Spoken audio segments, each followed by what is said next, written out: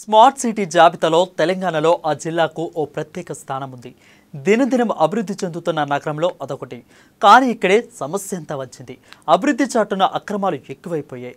అభివృద్ధి పేరుతో లక్షల రూపాయల ప్రజాధనాన్ని దుర్వినియోగం చేశారు. ఇందుకే ఎవరు అక్రమార్కులు, ఏదా జిల్లా, ఏమిటా story, what's this?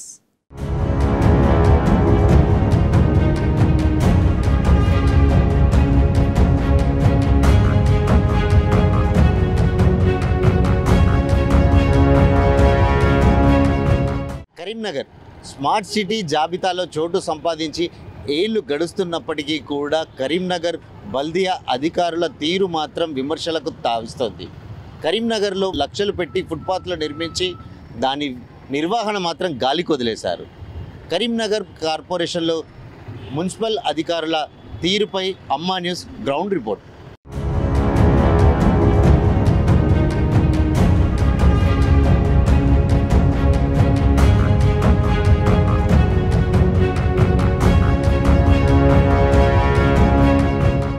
Karimnagar smart city జాబితాలో ప్రత్యేక స్థానం సాధించింది.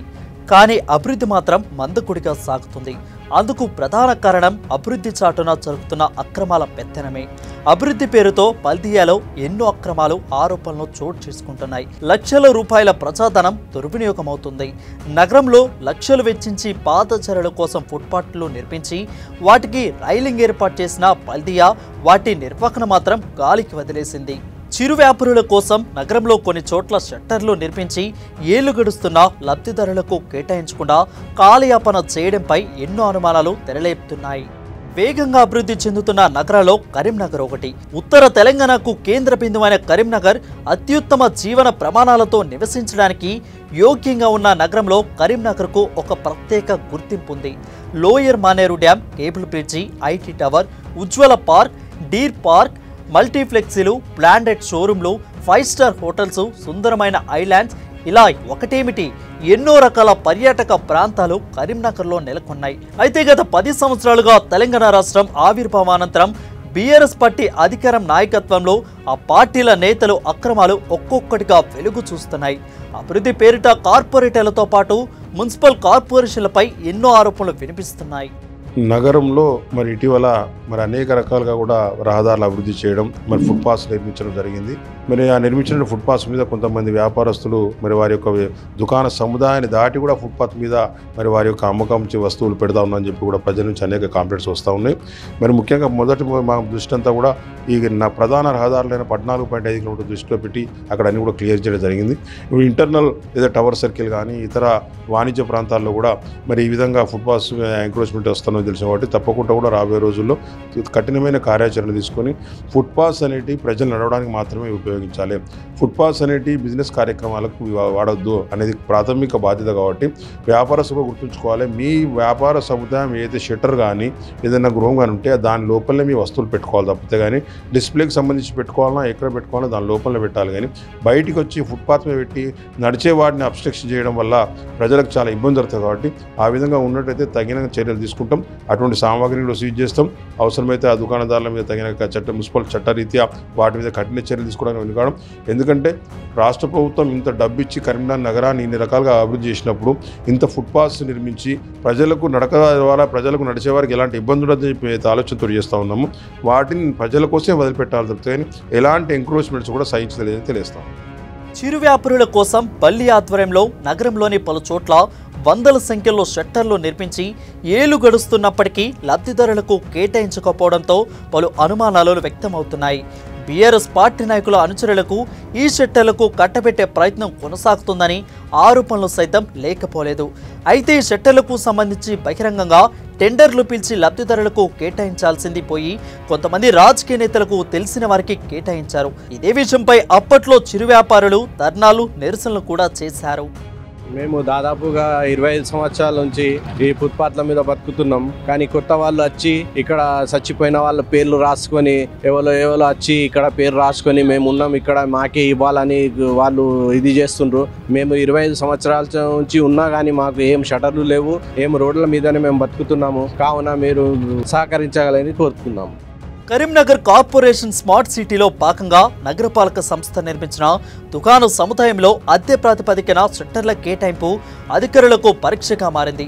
బహిరంగ వేలం ద్వారా దుకాణాలను కేటాయించాలని ప్రాథమికంగా నిర్ణయించిన గతంలో అక్కడ వ్యాపారాలు చేసుకున్న తమకు ముందుగా షట్టర్లు కేటాయించాలంటూ వీధి వ్యాపారులు తెరపైకి వచ్చారు. ఇదిలా ఉంటే ఇప్పటికే దుకాణాల సముదాయంలో షట్టర్లు కేటాయింపు పేరిట గతంలోనే దళారులు ఒక్కో వ్యాపారి వద్ద 2 లక్షల నుంచి 3 లక్షల రూపాయలు వసూలు చేసినట్లు చర్చ జోరుగా సాగుతుంది. మేము 30 సంవత్సరాల నుంచి అరటిపండ్లు సివిల్ హాస్పిటల్ ఏరియాలో అమ్ముతున్నాం. మాకు షటర్ కావాలంటే షటర్ ఇస్తలేరు, మా పేరు లేదంటారు. వాళ్ళు లోపల ఏమో చేసుకున్నారు, మాకు ఇమ్మంటే ఇస్తలేరు. మేము ఎటు పోవాలి? 30 ఏళ్ళ నుంచి ఇదే అరటిపండ్లే అమ్ముకుంటా జీవిస్తున్నాం. మాకు షటర్ కావాలి అని కోరుతున్నాం. ఇక ఆయా రాష్ట్రాల్లోని పలు జిల్లాల్లోనూ కేంద్రం స్మార్ట్ సిటీగా ప్రకటించింది. దీంతో వందల కోట్ల రూపాయలతో నగరం అభివృద్ధికి పునాదులు వేశారు. ఇందులో భాగంగానే నగరంలోని పలు చోట్ల దుకాణాల సముదాయాన్ని నగరపాలక సంస్థ నిర్మించింది. వ్యాపారుల పేరిట ఫుట్పాత్ ఆక్రమణల ఉండరాదనేదే స్మార్ట్ సిటీ నిబంధన. దీంతో ప్రత్యేకంగా నిర్మించిన సముదాయంలోనే ఆయా ప్రాంతాల వీధి వ్యాపారులు తమ దుకాణాలను ఏర్పాటు చేసుకోవాల్సి ఉంటుంది. నగరంలోని ప్రభుత్వ ప్రధాన ఆసుపత్రి, కాశ్మీర్ గడ్డ, శాతవాహన యూనివర్సిటీ తదితర ప్రాంతాల్లో దుకాణ సముదాయాలను నిర్మించారు. ప్రభుత్వ ఆసుపత్రి ప్రహారిని ఆనుకొని 3 వైపులా దాదాపు 132 షట్టర్లతో దుకాణ సముదాయం నిర్మించారు. అయితే ఏడాది క్రితం ఈ సముదాయం నిర్మించిన దుకాణాల కేటాయింపులు మాత్రం దస్తారం చేస్తూ వచ్చారు. నిబంధనల ప్రకారం ట్రేడ్ లైసెన్స్ పొందిన వీధి వ్యాపారులకు వీటిని అద్దె ప్రాతిపదికన కేటాయించాల్సి ఉంటుంది. కానీ పలు కారణాలతో ఇది వాయిదా పడుతూ వచ్చింది. తాజాగా అర్హులైన వీధి వ్యాపారులకు కేటాయించాలని జిల్లా ఉన్నతాధికారులు నిర్ణయించారు. అయితే కేటాయింపులు పారదర్శకంగా ఉండాలంటే బహిరంగ వేలం వేయాలని భావించినట్లు సమాచారం. కరీంనగర్ నగరంలో civil hospital back side municipal corporation Karimnagar వాళ్ళు 126 షటర్లు వేయడం జరిగింది. ఇది ఫుట్పాత్ మీద వ్యాపారం చేసుకున్న మన స్ట్రీట్ వెండర్స్లకు కటాయిస్తారని చెప్పడం జరిగింది. కానీ ఇక్కడ వాస్తవంగా చూడాలంటే 20 నుంచి 25 మంది జెన్యూన్ గా ఉన్నారు.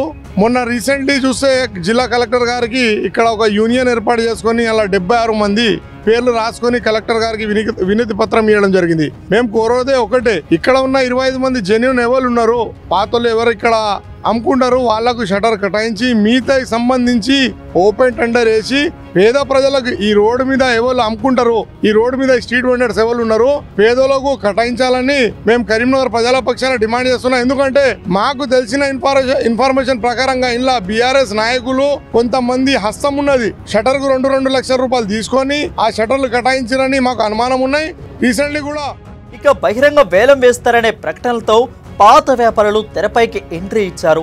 దుకాణ సముదాయం నిర్మించక ముందు తాము ఇక్కడే చిరు వ్యాపారం చేసుకున్నామని, సముదాయం నిర్మించాక ఉపాధి కోల్పోయామంటూ కలెక్టర్ మేయర్ దృష్టికి తీసుకెళ్లారు. తమకు దుకాణాలు కేటాయించిన తర్వాతే మిగతా వారికి ఇవ్వాలని విజ్ఞప్తి చేశారు. గత వీధి వ్యాపారులకు దుకాణ సముదాయాలలో ముందుగా ప్రాధాన్యం ఇవ్వాలనే డిమాండ్తో బహిరంగ వేలంపై సందిగ్ధత నెలకొంది.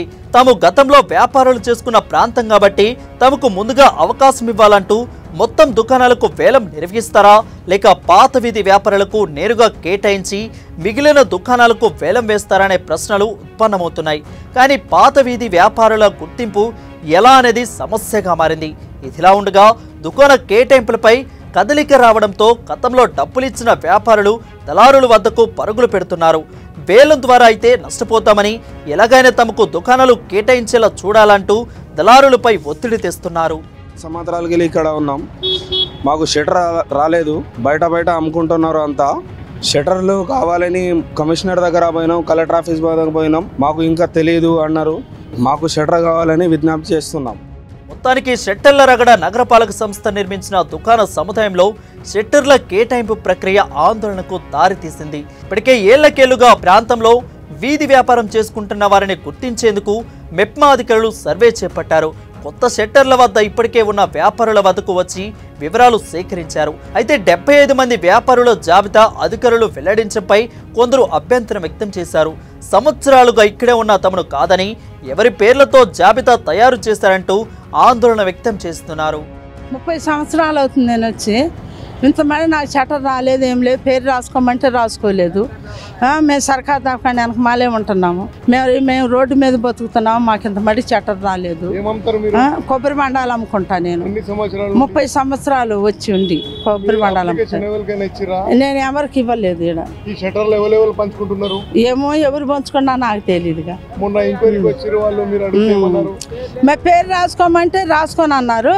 నీ పేరు ఎవరు రాస్తాం ఏం చేస్తాం అన్నారు. రాయలేదు, అట్టే ఉండిపోయా. ఈ నీళ్ళలో నేను లేనని రాయట్లేదు.